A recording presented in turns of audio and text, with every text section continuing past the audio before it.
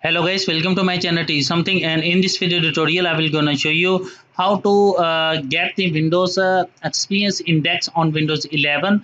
So how to do this, let's get started. Before starting off the video, I humbly request you please subscribe my YouTube channel for more updates. So let's start. Okay guys, first of all, in the search box type of PowerShell.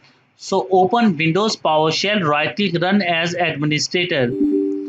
Yes to continue and open it. After that, type of command is get slash wm I object space dash class space win32 underscore win sat and press enter.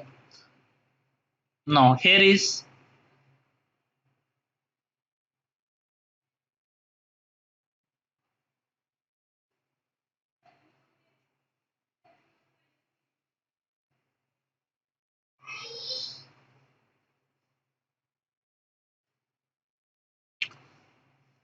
type exit.